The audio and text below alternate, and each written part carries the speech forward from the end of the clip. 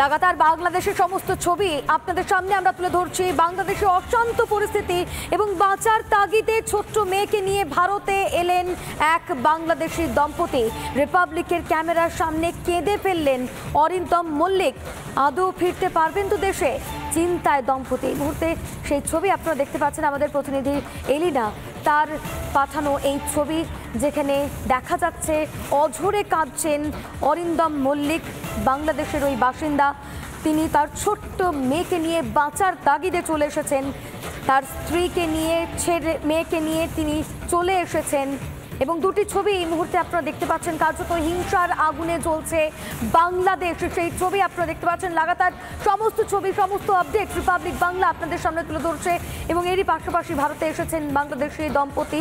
বাঁচার তাগিদে ছোট্ট মেয়েকে নিয়ে ভারতে এলেন বাংলাদেশি দম্পতি।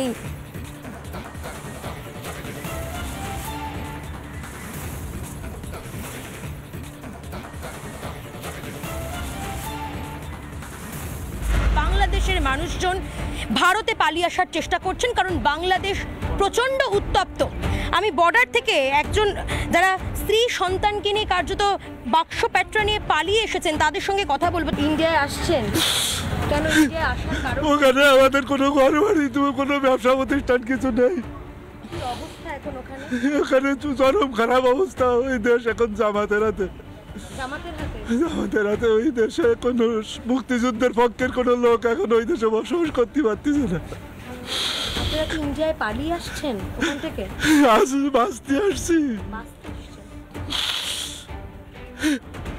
আপাতত যদি পরিস্থিতি ভালো হয় কোনোদিন তারপর যাবো।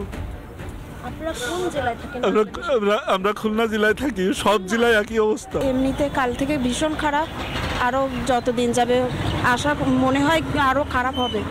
মানে ওরা ওই রকমই ইঙ্গিত দিচ্ছে। ক্রমে তারা বাংলাদেশ থেকে পালিয়ে ভিসা পাসপোর্ট নিয়ে তাদের বৈধ পরিচয়পত্র দেখিয়ে তারা কিন্তু চেকপোস্ট থেকে সরাসরি ভারতে প্রবেশ করেছেন। এখন দুঃসম্পর্কের আত্মীয়র বাড়িতে তারা কয়েকদিন থাকবেন। ক্যামেরায় মোহিত শেঠের সঙ্গে লীনা ভট্টাচার্যের রিপোর্ট, রিপাবলিক বাংলা, পানিতোর বর্ডার। অশান্ত বাংলাদেশ, অরাজকতা বাংলাদেশ জুড়ে। আর এই অশান্ত পরিবেশের কারণে ভারত বাংলাদেশের যে সীমান্ত রয়েছে সেই সীমান্তে কড়া নজরদারি। কোচবিহার সীমান্তেও বাড়ানো হয়েছে নিরাপত্তা। চ্যাংড়াবান্ধার সীমান্তে নিরাপত্তা বাড়িয়েছে বিএসএফ। এক্সক্লুসিভ ছবি আমরা দেখাচ্ছি। চ্যাংড়াবান্ধা যে সীমান্ত, সেই সীমান্তে বাড়তি নজরদারি, বাড়তি নিরাপত্তা। বিএসএফ এর তরফে লাগাতার টহল চলছে। কড়া নিরাপত্তায় মোড়া রয়েছে কোচবিহার সীমান্ত। সেখানে চ্যাংড়াবান্ধার সীমান্তে নিরাপত্তা। হিংসার আগুনে জ্বলছে বাংলাদেশ। যে ছবি উঠে আসছে একের পর এক যে ছবি, সেই ছবি ভয়াবহ, সেই ছবি আতঙ্কের, সেই ছবি লজ্জার, সেই ছবি ঘৃণার। কোথাও দেখা হচ্ছে যে বঙ্গবন্ধুর ছবি, বঙ্গবন্ধুর মূর্তি একদম নদীতে ভাসিয়ে তাকে মারা হচ্ছে। সেখানে অন্যদিকে গোটা বাংলাদেশ জুড়ে অরাজকতার ছবি সামনে আসছে। মারধর করা হচ্ছে আওয়ামী লীগের বিভিন্ন নেতাদের। কোথাও দেখা যাচ্ছে একদম মেরে ঝুলিয়ে দেওয়া হয়েছে। অর্থাৎ সব মিলিয়ে বাংলাদেশ অশান্ত। বাংলাদেশের যে ছবি তা ভয় সৃষ্টি করছে, একদিকে আতঙ্ক সৃষ্টি করছে, আর অন্যদিকে মুখ থেকে একটাই শব্দ বেরোচ্ছে, ঘৃণার শব্দ। আর এই মুহূর্তে কোচবিহার সীমান্তের কি ছবি আমরা জানবো আমাদের প্রতিনিধি কিংসুকের কাছ থেকে। কিংসুক, চ্যাংড়াবান্ধার সীমান্তের এই মুহূর্তের কি ছবি?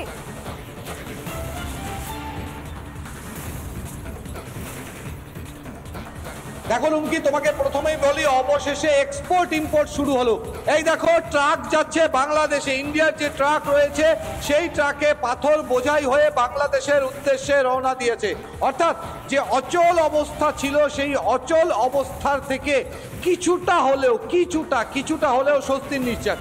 পাশাপাশি বাংলাদেশের যে গাড়িগুলো রয়েছে, বাংলাদেশের যে ট্রাকগুলো রয়েছে, যেই ট্রাকগুলো ইন্ডিয়াতে এসেছিল তারাও কিন্তু এই মুহূর্তে ইন্ডিয়ার থেকে বাংলাদেশের দিকে যাচ্ছে। আমি যদি একবার পিছনটা দেখাই, তুমি দেখো যে সকাল থেকে যে দীর্ঘ লাইন থাকে সেই দীর্ঘ লাইন না থাকলেও ধীরে ধীরে এক্সপোর্ট ইম্পোর্ট শুরু হয়েছে। এই যে বাংলাদেশের গাড়ি, আমি আরেকবার দেখাবো, ঢাকা মেট্রোর নাম্বার, ঢাকা মেট্রো ট্রি 162486। এই গাড়িগুলো এই মুহূর্তে ইন্ডিয়াতে এসেছিল এবং বাংলাদেশের উদ্দেশ্যে যাচ্ছে। পাশাপাশি ইন্ডিয়ার থেকে এক্সপোর্ট হচ্ছে। আমি দেখাবো এই সেই পাথর, এই যে সেই পাথর, এই পাথরই এক্সপোর্ট হচ্ছে বাংলাদেশে। অর্থাৎ এতক্ষণ ধরে যে 3 দিন ধরে অচল অবস্থা ছিল, সেই অচল অবস্থার মধ্যে থেকে কিছুটা হলেও স্বস্তির নিঃশ্বাস। এক্সপোর্ট ইম্পোর্ট শুরু হলো। এবং পুরো সমগ্র কোচবিহার সহ যে বর্ডার অর্থাৎ বাংলাদেশ বর্ডার তাতে যাই করা হয়েছে অপারেশন অ্যালার্ট। ফলে স্বভাবতই নিরাপত্তার দিক কিন্তু একদম আটাশাটা। আমি যদি একটা ছবি দেখাই তুমি দেখতে পারবে যে এই যে বিএসএফ জওয়ানেরা তারা কর্তব্যরত রয়েছেন। একদিকে যেমন প্রত্যেকটি ট্রাককে চেক করা হচ্ছে, পাশাপাশি তারা কর্তব্যরত রয়েছেন। আমি দেখাবো কোথায় তাদের চেক করা হয়। এই যে দেখো এই বিএসএফ জওয়ানেরা, এটা ওয়াচ টাওয়ার, এখানে সাধারণত একজন থাকতো কিন্তু অতিরিক্ত সংখ্যা বাড়ানো হয়েছে অর্থাৎ দুজন।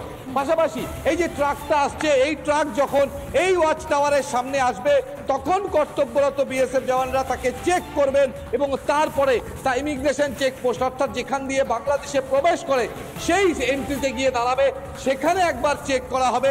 তারপরে এই যে দেখো তুমি ছবিটা, ওইখানে কর্তব্যরত বিএসএফ জওয়ান যিনি রয়েছেন তিনি কিন্তু চেকিং করছেন, কাগজপত্র খতিয়ে দেখছেন।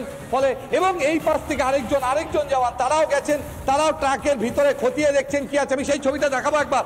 দেখো তুমি সেই ট্রাকে খোলা হচ্ছে এবং সেখানে কর্তব্যরত যিনি জওয়ান রয়েছেন তিনি যাওয়ার আগে অর্থাৎ বাংলাদেশে প্রবেশের আগে সেই ট্রাকের ভিতরে সম্পূর্ণরূপে পুঙ্খানুপুঙ্খ পরীক্ষা নিরীক্ষা চলছে। এই সেই ছবি, তিনি কিন্তু দেখছেন যে কোথায় কি রয়েছে। এবং এখানে সাধারণত উইথ আর্ম বিএসএফ জওয়ানেরা থাকেন না, কিন্তু এখন যেহেতু অ্যালার্ট অপারেশন সেই জন্য রয়েছে এবং একজনের জায়গায় 5 জন। তুমি দেখতে পাচ্ছ চেকিং চলছে, জিজ্ঞাসাবাদ হচ্ছে, অর্থাৎ দুটো দরজা, একদিকে ড্রাইভারের দিক থেকে এবং অপোজিট থেকে, সেই দুটো দরজা দিয়ে ভিতরে ঢুকে পুঙ্খানুপুঙ্খভাবে চেক করা হচ্ছে।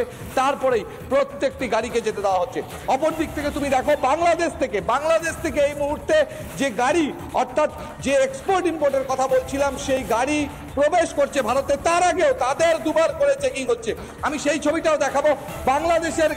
বাংলাদেশের গাড়ি ঢুকেছে এবং তারা যখন এই ভারতে প্রবেশ করবে প্রথম চেকপোস্টে চেক হয়ে গেছে, সেকেন্ড চেকপোস্ট, এই সেই সেকেন্ড চেকপোস্ট, এখানে গাড়িগুলো এসে দাঁড়াচ্ছে এবং তাদের কাগজপত্র।